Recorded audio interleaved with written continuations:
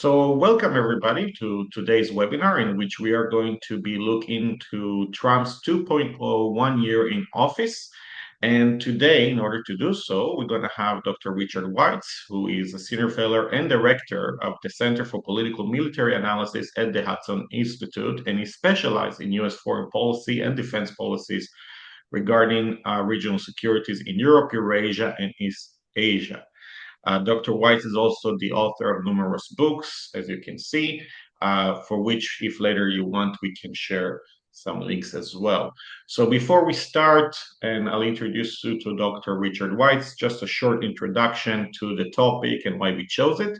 So it has been 1 year since President Trump in office. His foreign policy, which will be the focus of today's webinar, started with, if I don't mistaken, the first major action he took was a military campaign against the Houthis in Yemen back in January, with the signal chats being shared / leaked and briefed in the press of his war cabinet, so to speak. And later we moved on to the very dramatic Oval Office meeting with President Zelensky of Ukraine, which was quite an astonishing view I haven't seen before. And we move on down the road of the timeline, and we have the attack on Iran's nuclear site in Fordow, the numerous attempts to have a summit / peace treaty between Ukraine and Russia, hosting President Putin in Alaska, and of course the capturing of President Maduro of Venezuela earlier this year, and just lately was the whole Greenland affair. So in a term of 1 year, I think we had quite a dramatic, full of events, and an ongoing presidency, which is definitely can be said a lot of things about it, but it's definitely volatile and active. And in order to look more and to understand more the Trump presidency and to kind of understand where this is going, but also do an analysis of what we have seen, we're hosting today Dr. Richard White. Dr. White, thank you so much for joining us. Thanks for hosting me again. Let me get my We can see you. slide We can up. see you. Right, so I go to share, and then So, Dr. White, I think now you're going to be sharing with us some slides, and you're going to be basically going through and walk us through a little bit of a review, an overview of Trump's presidency and some analysis about it. right. So you're not, I guess you're not seeing the slides, right? Because I see in the We're seeing background. the slides. You are? We're Okay, seeing all the right, good. slides. All right, so let me go then to slideshow and go from the beginning. Um, We have and it. Great. Okay. Thanks again for hosting me.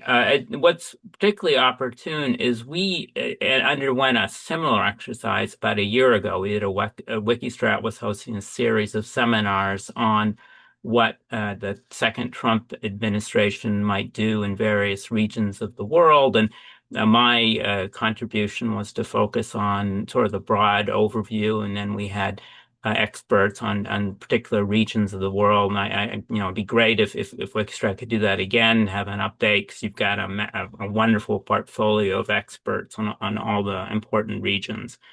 So how I'm breaking this down is looking at what we thought would be the case with the Trump 2.0 foreign policy, and turned out to be generally correct. There were also areas that were uncertain at the time and are still uncertain. So issues we can talk about for, what might be future scenarios and so on. There are some things that I just got wrong. I mean, there were things that I didn't think would be policies I didn't think the Trump administration would adopt, or priorities which diverged from my expectations. So we want to nail those down, identify them, and speculate why, what led to these unanticipated directions. And then we'll have plenty of opportunity for questions and comments and so on from the experts who are participating in the webinar today. So generally, the worldview was as we thought. It's not a neo-isolationism. It's not only an inward focus. It really is an American first policy, very active in the international affairs, but very overt in prioritizing U.S. interests.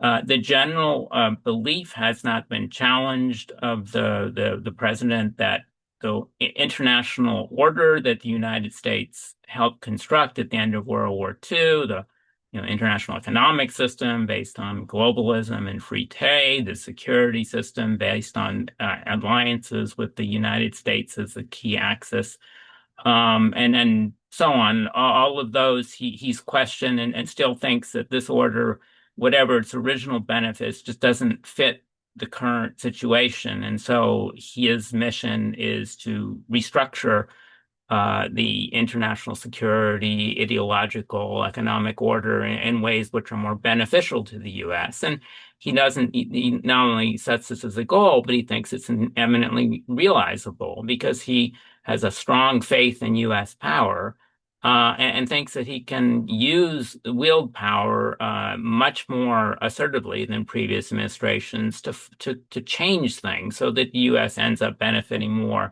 and that the costs of doing so are not would be exceeded by the benefits realized to Americans. He has a touch of realpolitik in the sense that President Trump appears largely indifferent to the internal policies of countries, at least if he focus on particular countries because of actions he disapproves of. He doesn't generalize it to broad regions. So on the one hand, the Europeans don't get any special treatment because they're liberal democracies. If anything, he holds them to a higher standard. We saw in the national security strategy a lament that Europeans aren't achieving the greatness he thinks that they warrant. But unlike some expectations, he's also been very open to dealing with countries that are non-democratic, that are committed to Muslim majority countries, other countries that are a bit different from the way his vision for what the U.S. should be. He's also very open to dealing with foreign adversaries, much more than previous administrations. There's a lot of focus on his engagement with President Putin and President Xi, but reaching out to Hamas, dealing directly with Hamas was something no previous U.S. administration would have done. It just would have considered beyond the pale. But he did that earlier. He reached out to the Taliban in Afghanistan. So he's open to dealing with anyone to reach a deal if he thinks it would help the United States. There's also this term, and it was evident in the first term, a bit more evident now, is this sphere of influence inclination that the U.S. priority is at home in the Western Hemisphere, and what happens in Europe should be parts of what the Europeans should deal with. What happens in Russia is really up to the Russians, and it's not totally. Has a very assertive stance in Central Asia and in the South Caucasus, and in parts of Asia, which Russia and China would claim as their own spheres. But it's a little more evident than previous administrations. The internal pillars of the policy, it really is Trump on top, Trump on TV all the time, Trump making all the big speeches, hosting all these foreign leaders, a lot of media coverage. This has upset some of his America First followers who want him to focus only at home. Marjorie Green gave that, Congresswoman Marjorie Green gave that as one of the reasons she's become dissatisfied with Trump's foreign policy. It's too, in her view, focus on foreign affairs. But he clearly enjoys it. He clearly considers it important. So that's standing out. Unlike the first term, and this is what we thought would be the case, he had problems in his first term with cabinet members and others confronting him. Then when they left, writing nasty memoirs about him and so on. This time around, he's chosen people who wouldn't do this, who would be very loyal to him, who share the same views as he does. And he didn't care that much about their experience. So he picked people that hadn't led these agencies before, or maybe didn't have executive managerial experience to run complex organizations like the Pentagon or other bureaucracies.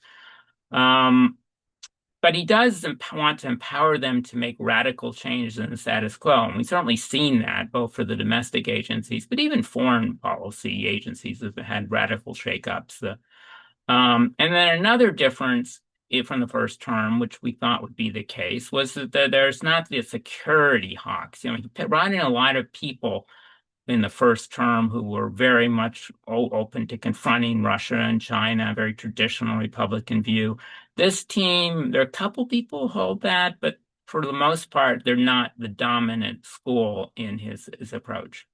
And as we anticipated, he was going to reach down and the bureaucracy, remove a lot of civil servant protection, put a lot of his own people, people who are loyal to him at much lower levels than previous administrations. And then Congress, as we thought, wasn't going to confront him. The Republican majority let him do things that, previously would have opposed, such as kill USAID or use force against drug boats, as he puts it, in the Western Hemisphere. And basically, they've not challenged him on his foreign policy actions other than putting markers in various legislation, don't leave NATO, don't make radical troop cutbacks in Japan and South Korea. But if he were to defy them, I'm not sure if they would really confront him on that in that case either. We were correct about expectations of use of force. He doesn't like long wars like Afghanistan and Iraq. He likes short, targeted use of force. One and done is been called. We've seen that in Iran, in Syria, in Venezuela, and Nigeria. He's focused on changing countries' policies rather than their government. So, in the case of Venezuela, he's kept in most of the pre-Maduro group just without Maduro, and is trying to work through local proxies. He said he thought Iraq was a mistake when the U.S. went in there, it got rid of the entire Saddam Hussein regime, and then found itself unable to govern the country without local support. In this case, he's tried to something different in Venezuela. And in Iran, he seems, he had opportunities perhaps to support the protesters more vigorously, but he's trying to really reach a deal with the existing regime by using the protests and others, put pressure on them to pry concessions. Use the National Guard for immigration, we anticipated that, open to non-traditional defense suppliers, the tech groups, and so on, that too. Peace through strength, so he doesn't want to use force a lot, but he wants to have a lot of force to possibly use as needed. Limited enthusiasm for arms control. New START's about to die. We're not going to have any global arms control, first time in decades between Russia and the United States, or Moscow and Washington. But there's openness to perhaps limited deals with Iran or North Korea and so on, as well as aspiration for a sweeping, comprehensive deal which would cover everybody. Arms sales, much more open to using those as tools to support U.S. interests. And unlike, say, the previous administration, the Biden administration, he doesn't see global security as indivisible. The Biden administration made a big push that what was happening in Ukraine wasn't just relevant to Europe, it was relevant to Asia. We've got to deal with these kind of authoritarian threats, and the local governments of Asia, a lot of the allies bought onto that. His view on security, that's not the case. Some economic linkage, like the Pax Silica is trying to bring in global supply chains on critical minerals, but it's much more selective. Other aspects of the economic policy we anticipated was a focus on U.S. economic gains rather than ideological solidarity. So Taiwan's important not because it's a democracy and liberal democratic values, but because it has chips that the U.S. needs. A lot of messaging on U.S. return on investment that gains some support at home. He's trying to justify U.S. policies as bringing economic benefits to the U.S., jobs, oil, and so on. The transactionalism is still there, but he's also willing to force abrupt changes in his favor. We've seen with the tariffs, you'll have an agreement on some tariff policy, and then a couple months later, he'll threaten to raise it again unless he gets more concessions. He relies less on sanctions than previous administrations, but much more on tariffs and both as a form of punishment, but also to reindustrialize the United States. And as we thought he's focused on bilateral trade pacts and investment deals with Korea, Japan, and others rather than multilateral ones. Sweeping immigration crackdown this time, despite the political risk, but also economic risk. You're removing a lot of the low-cost labor force and that may spur inflation. And then enthusiasm for artificial intelligence and emerging technologies, less emphasis in the previous administration on AI safety, more on, the benefits for the economy and security from pushing AI to the limits. In terms of alliances, he hasn't left any current ones, but he's not wanting to expand them and not launch any new ones. Still uncertainty about what to do with some of the minilateral pacts like the Quad and AUKUS. They did reaffirm AUKUS, but it's still a little unclear where they want it to go. Um, he's the pushes for the allies to spend more, not only because it's fair, which was an emphasis in the first term, but also because now in the defense strategy that was just released, there was a discussion of the threat of concurrent aggression. That is, what happens if Russia attacks in one theater, China attacks in another, then Iran tries to take advantage. And their solution is, well, if the Allies would spend more, then the U.S. wouldn't have to fill all these holes. It could rely on allies, as in, say, World War II, and then shift its priorities as needed to push the best benefits for everybody. The prioritization of NATO, not ending it, but not really a focus of what it was in the Biden administration. President Biden was ensconced in NATO. He spent decades going to NATO meetings. He really was one of the true Atlanticists. President Trump isn't in that. We talked about the individuals, the burden sharing. It's interesting in that it's forcing the allies to take the lead in sustaining these alliances. So he's comfortable making these surge in tariff rates from under 3% to over 15% on average. And none of the allies really confronted him back. The only one that did so was China. And this is probably because they still need the U.S. The U.S. may have downplayed the idea of strategic rivalries and competition, but the allies in Europe and Asia certainly don't. They still see Russia and China as major imminent security threats and need the U.S. to protect them. Now, here are some uncertainties that we just didn't know a year ago, and I think are still uncertain. And this is partly because President Trump does show flexibility, some on strategic issues, like China policy has just shifted a lot from what was the first term and what we thought it would be, but very much tactically. He's quite willing to change policies very radically, very quickly.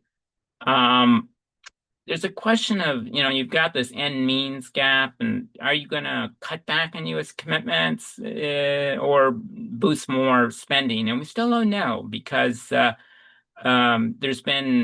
running very high budget deficits and debts despite the Dodge effort. And he's called for more boosting defense spending and Golden Dome and so on. But he also wants to, not have a massive deficit forever that will lead to inflation and so on. So I guess the solution still seems to be rely more on allies and then avoid costly wars. Keep U.S. defense commitments manageable, and then Trump-led diplomacy, he can reach deals with Russia and China and Iran and so on that will reduce the threats. And then, so I can't see that last one. But anyway, all right. Let's see. I think, yeah, this is it then. Last slide is unanticipated directions. This is things I just, as I said, I just got wrong or didn't anticipate. So this whole idea of territorial expansion, which wasn't evident in the first term, we want Canada to become part of the United States. We want the Panama and that canal back. We want Greenland. Greenland's a vital part of U.S. security, and we should own it. This was not evident in the first term, and it wasn't something I anticipated would be a preoccupation of the second term. Western Hemisphere is much more prioritized than we thought. Particularly Venezuela wasn't the decapitation exercise there wasn't something I anticipated would occur. This Trump corollary to the Monroe Doctrine, sometimes referred to as the Donroe Doctrine, is really a major theme of the national security strategy and some of the president's speeches. this focus on making peace agreements. He keeps on rolling off the number of peace agreements he's made.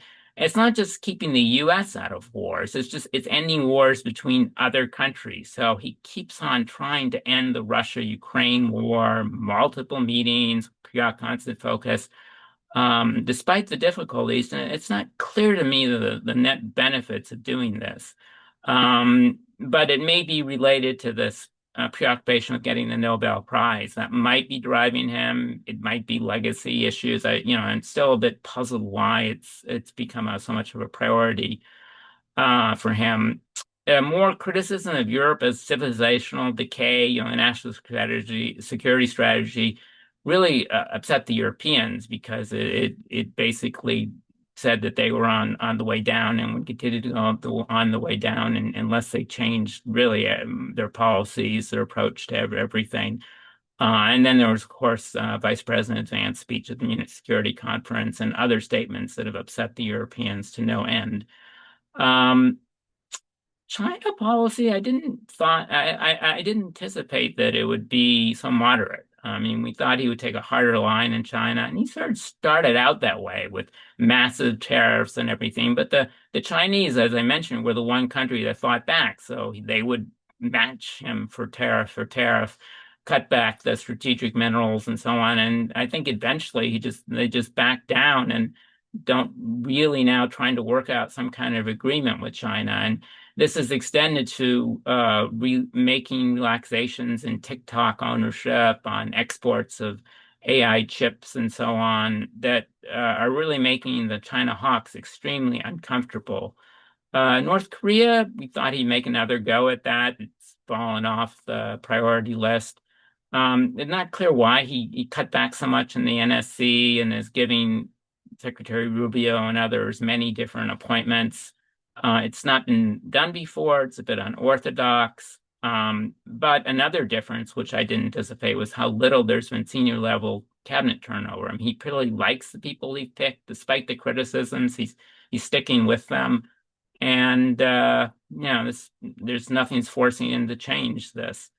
A lot of still focus on commercial deals, but much more focus than I anticipated on inbound foreign investment and on oil, critical minerals. U.S. needs to possess them and so on.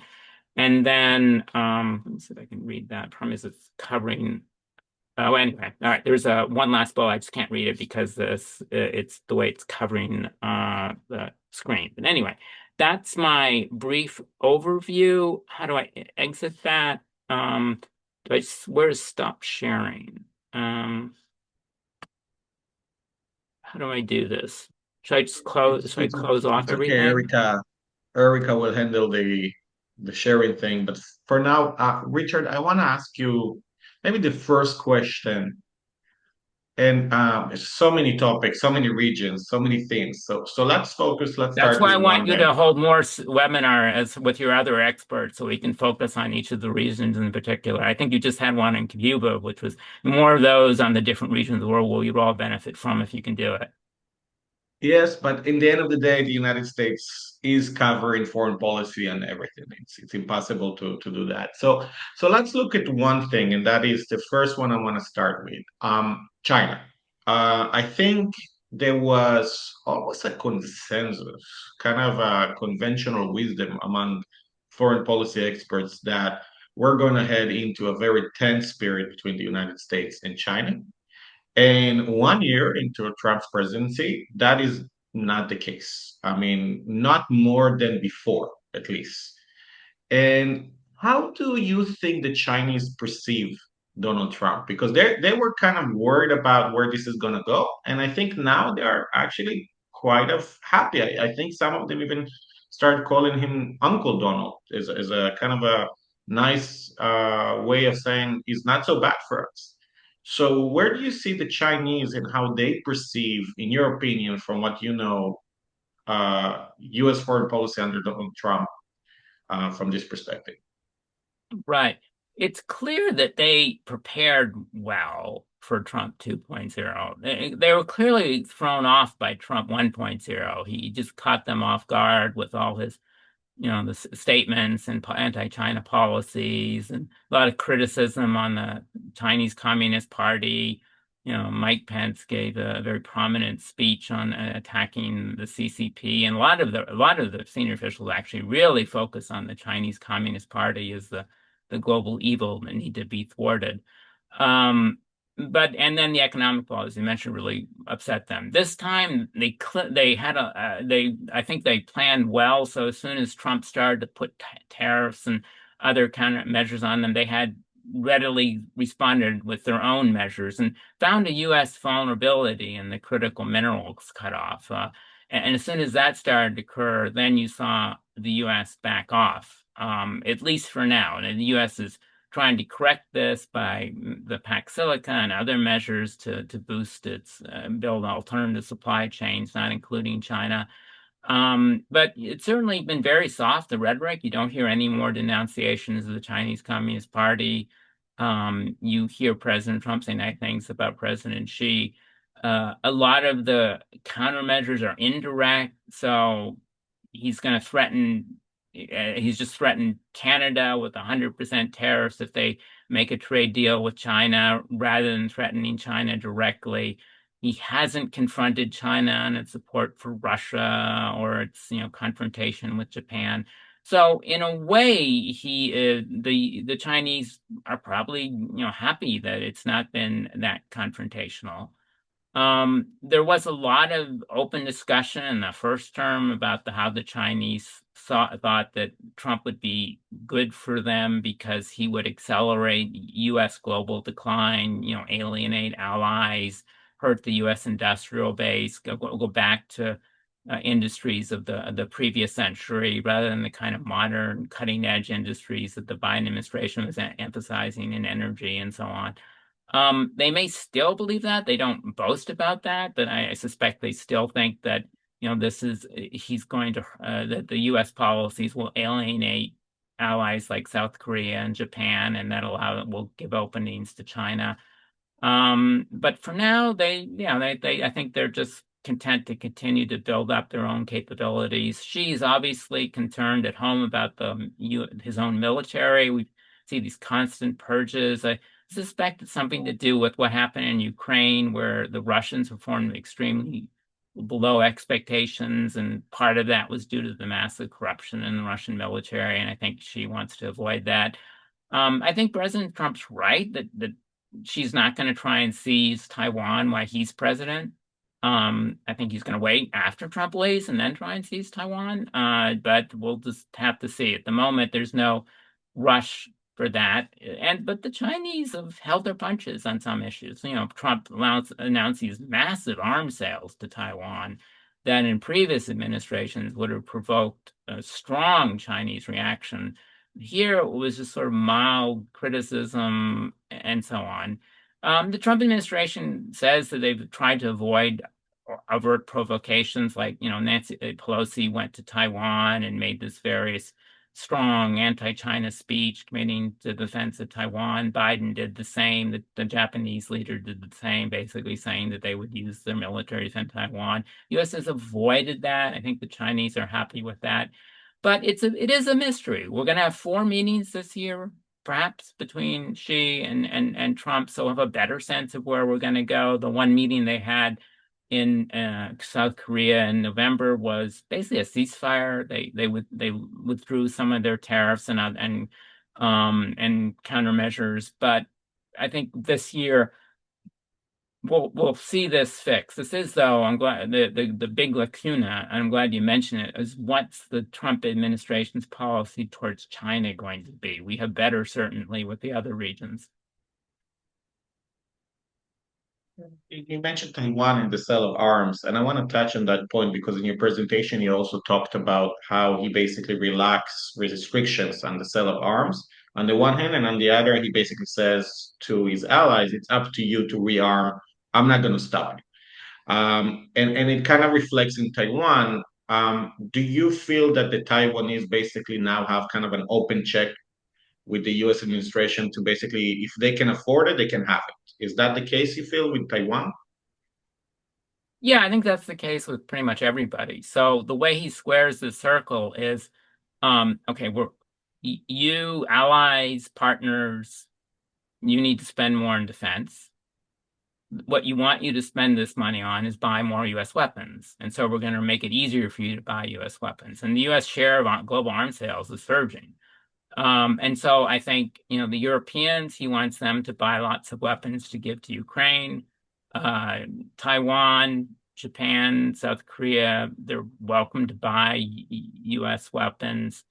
Um, India, sure, you can still do that. I mean, I think they don't really see any negative to selling arms. In case of Taiwan, I think the challenge is not so much that they can't that the U.S. won't sell them thing. It's just there's just a capacity problem in the U.S. There's a lot of backlog, things the Taiwanese have already bought. The U.S. can't provide them yet because of our domestic shortages.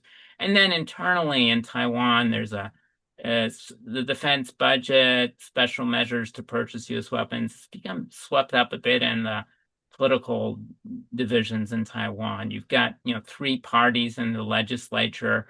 So it's hard to get a majority. The winner of the presidential election, their party is second largest in the I think it's called UN, the legislature. Anyway, the legislature. So in principle, Taiwan can have what it wants, with probably some exceptions, not nuclear weapons, not strategic bombers, so on, but pretty much anything that the Ukrainians can have, that the Taiwanese can have. But it's just a question of, can the U.S. produce them, and will the Taiwanese pay for them? Um, Last question about China, because I want to move to other regions. But does this U.S. administration still perceive China as the ultimate threat slash competitor, or is that shifted into the world order today is the threat? If we change the world order, the world is more peaceful. Like, have we seen a shift which is tectonic in the sense of policy, which is China is no longer the center of gravity of threat, but China is just one more actor in a system that is sick. Let's fix the system. How do you see it from the perspective of how the U.S. administration right now sees Right. So this is an issue. I think it's still an issue of division among the administration, though I think what's prioritizing now is the economic dimensions of U.S.-China policy. So security-wise, it's still seen as a major but manageable threat for the indefinite future. Relying on Trump diplomacy, U.S. deterrence, and so on. Economically, it's seen as a major challenge, but perhaps a bit more of an opportunity, in the sense that you have this big debate over what chips to sell China, and some of the safeguards and export controls have been relaxed uh, innovatively, because the U.S. government gets a share of these sales. I think it's 25% in the latest deal. Also, they've adopted this argument, this sort of adaptation argument, that if we can get China to buy our tech stack, then they'll become dependent on us and won't try and build their own. I think that's incorrect, but that seems to be a justification they use for selling China what it wants. But you do see flares of anger sometimes come out of Trump with, you're not buying enough soybeans and so on. In terms of, though, how it ranks globally, the official U.S. position is the old world order was bad. We made a new one. It's better, so we're going to keep on strengthening it. So it's not the threat anymore. It's just a question of getting other countries more aligned into that vision. China is a part of that. Russia's a part of that. Europe is a big part of that, and so on.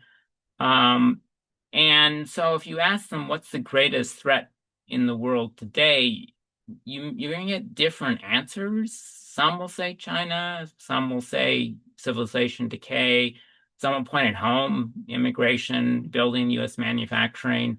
And President Trump seems to share all these views, sometimes focus on one, some on the other, but it's not the driving focus that it was in the first term rhetorically with their national security strategy, which really emphasized great power competition, or the Biden administration, where it really was the focus. President Biden organized much of their foreign policy around countering Russia and China by strengthening U.S. alliances, building up U.S. capacity, and so on. Here, it's a little more disparate. It's not quite clear what the threat and opportunity is. There are a series of priorities. The national security strategy was very clear, but we need to make some of them.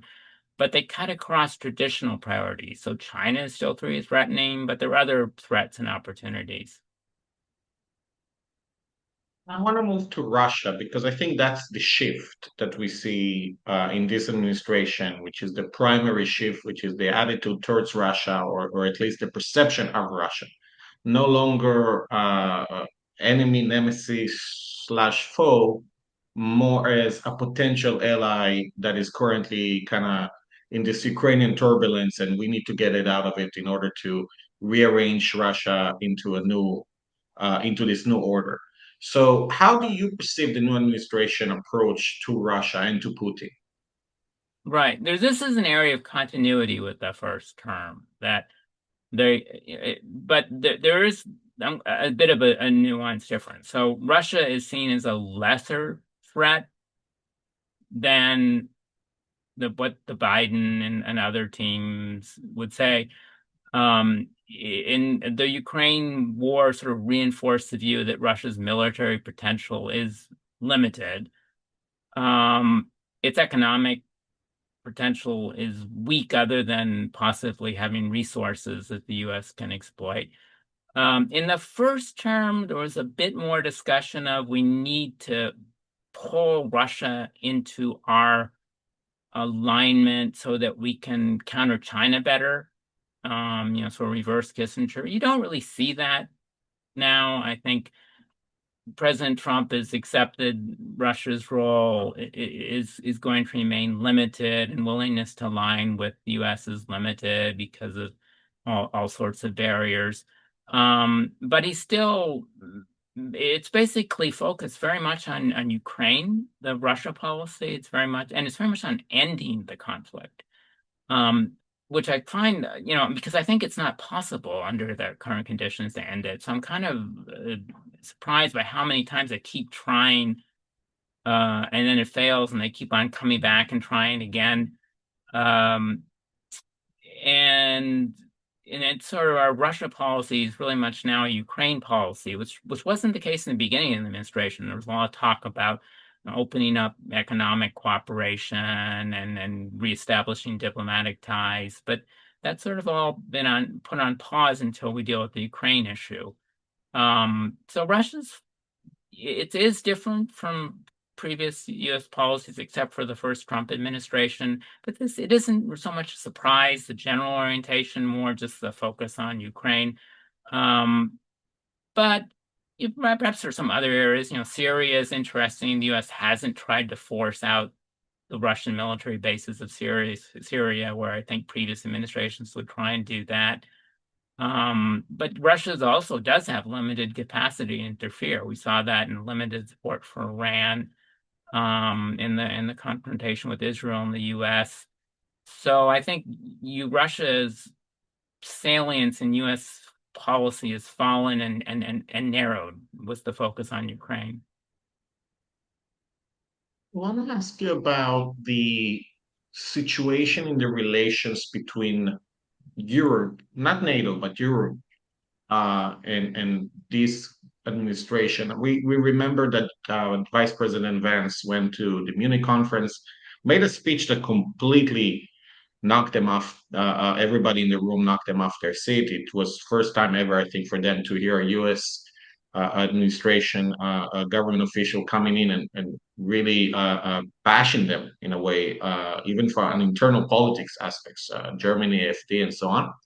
So that was the beginning of something, and then we had the continuation with the leak the leaked messaging, and you saw how they referred to the European as well over there. And recently we had it with Greenland, and of course everything that had to do with Ukraine. So I think there is obviously everybody noticed there is a massive shift here from the US administration towards the European allies. But how deep or how strong it is from the US side, because we know the European are very, very defensive on this right now. But how deep is this shift in the US side of the administration in terms of how they perceive Europe as an ally and how they perceive Europe as a potential basically region that they basically wants to be strategically of strategically high importance. Yeah, I think that this administration views the Europeans as weak, um, hobbled by mistaken policies in the area of energy and immigration, um, and best dealt with on a one-on-one basis rather than as a bloc. So President Trump will look for preferred partners when they're available, Hungary, Italy, and so on.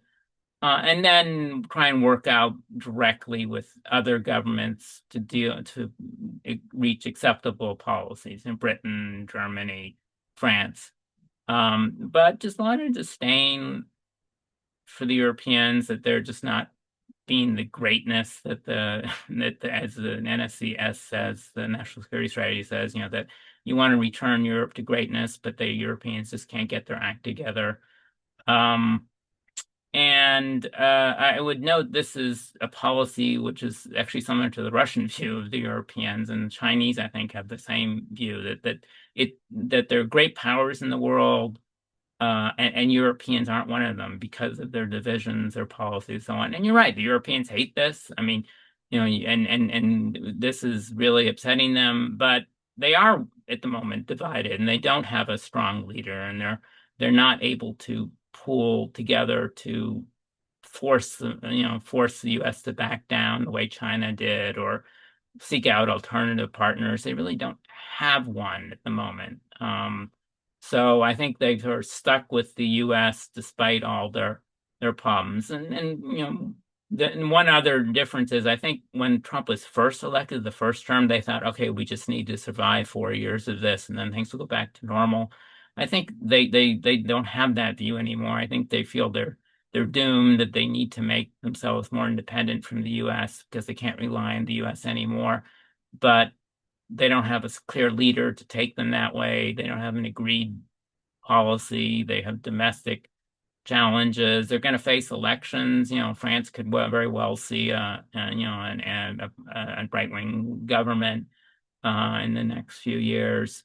So I think the Europeans are just discounted and disdained by the Trump administration, which is unfortunate. So I want to move a little bit from regional. We covered China, Russia, Europe. I want to move to a thematic topic, and that is the AI. It seems that this administration view AI is kind of the like you put it the Manhattan Project, like the importance, technological importance from a security point of view of AI is perceived as equivalent to nuclear in the sense of the importance that's given to it, from funding to also legislation and so on, and mega government projects and so on. So the question that it's here in the chat, the other two questions I kind of covered with the other questions, but the question that I received here in the chat is about how is it perceived the influence that tech billionaires have on U.S. foreign policy, specifically when it comes to their relations with Trump, and specifically on the AI topic. From a foreign policy perspective, do we see some influence? Do we see some shift? Do we see some changes? What do we see that in these relations between those very strong group of tech billionaires and the company that they represent, and how is that impacting Donald Trump's presidency in terms of policy? Right. It's hard to separate the domestic and foreign, the economics and security dimensions. at least in Trump's mind. So there's been a shift by these tech leaders. They've become much more, at least publicly, pro-Trump, much more willing to give him money, spend money for his favorite projects, like this new White House what do you call it? Addition, ballroom, yeah, the ballroom, and other things. Fundraise his inauguration. Um, and they played a critical role inside the U.S. economy, particularly propping up the stock market. I mean, despite all the things that would normally hurt the U.S., the tariff threats, the inflation, and so on, the stock market keeps rising to Trump's joy because of the amount of money going into AI stocks and so on. And the U.S. foreign policy is, I don't know if it's controlled. I wouldn't say it's controlled, but it's certainly supportive of the policies the AI cyber high tech group wants. So the U.S. is pushing the Europeans to relax their restrictions on U.S. social media companies. The U.S. is very enthusiastic about removing the AI safety barriers that were a focus of the Biden administration, the South Koreans, and now I guess the Indians are having a talk on that, and the British. I mean, a lot of the Biden administration is focused on how do we manage the trade-off between the benefits of AI and the potential downsides. Here, you don't see a lot of discussion of downsides. It's really focused on the benefits. There's it has, I think, if there's some influence of this group, it's also, I think, maybe most apparent in some of the export controls, particularly regarding China. I mean, I think a lot of us were hoping that we would just see a lot of tight restrictions on exports to China because of the fear of helping the Chinese military, but because the amount of money the U.S. can get from selling these ships to the Chinese and others, you've seen relaxation of export controls and other measures. So I think they're clearly influencing that domain, but elsewhere it's hard to see how much independent influence they has, as opposed to a president and team who really thinks that this group is doing great for the U.S. economy and it would be helpful for the U.S. world position economy if we support them because they're going to help sustain U.S. dominance overall. So that's why it's hard, I think, to separate the domestic and foreign and economic and security. They're all intermeshed, but whatever it is, it's very favorable towards this group. We talked a lot about the New World Order versus the old world order as perceived by this administration. Um, Going into the topic of NATO, how is it being perceived by the administration? Because on the one hand, they're saying you guys have to increase your budget to basically increase your security expenditure into 5% of the overall budget. But on the other hand, we see the clashes he had, which we discussed about the clashes he had with the European, especially with with the NATO allies such as Denmark over Greenland. Um, a lot of disagreements when it comes to Ukraine. So, how does this administration see NATO and moving forward, working within and with NATO as time passes? Right. Despite the specific clashes over, Greenland, or more recently, President Trump's comments on the Allied contribution in the Afghan war and other irritants to the Europeans, such as we discussed, their civilizational decay view, President Trump has been supportive of NATO. No effort to expand it, but no indication the U.S. is going to withdraw from it. There may be changes in the command structure. There's some discussion about having the Supreme Commander be European, devolving more responsibilities to Europe. But, President Trump considers his policies towards NATO a victory. He got them to boost defense spending, agree to, massive increases in defense spending, which he credits to his benefit. They're buying a lot of weapons from the U.S., which are giving to the Ukrainians. The U.S. isn't spending a lot on Ukraine anymore. The Europeans have filled that gap. So for now, I think, NATO's pretty safe. It'll continue with the U.S. support, if not U.S. leadership. Um, and but I think the main long-term concern is not so much U.S. policy, it's just how the Europeans are going to react to the way they've been treated. That people do fear that at some point this is just going to push the Europeans away from the U.S. if they can ever find an alternative partner. We're lucky now that Russia and China are not that appealing, but who knows in the future, maybe they will be or some other. But maybe after Trump leaves, there'll be a more pro-European U.S. president. So we'll go back. NATO's had its crises many times before, and it's sort of recovered because of this helpful turnover in power in the U.S. administration. So maybe that'll occur again. Want to go to one more region before we go into the final questions, which are scenarios to look ahead. But in terms of the relations that Trump has, and you mentioned it briefly with the Gulf states, but also in general the Middle East. We see what's going on in Iran. We saw Trump's policy when it comes to attacking the Fordo sites during the June war between Israel and Iran. We saw is also that he is not afraid to make threats, but also maybe even to follow up with military action against Iran when it comes to the oppression of people in Iran itself during the latest wave of protests and so on. Um, how would you define Trump's policy when it comes to the Middle East? What is he seeking? Because is it stability? Is it the flow of oil? Is it because that's more real politics versus is it about defending human rights in Iran and kind of a NATO intervention in Libya kind of a thing? Like what is the U.S. policy when it comes to the Middle East?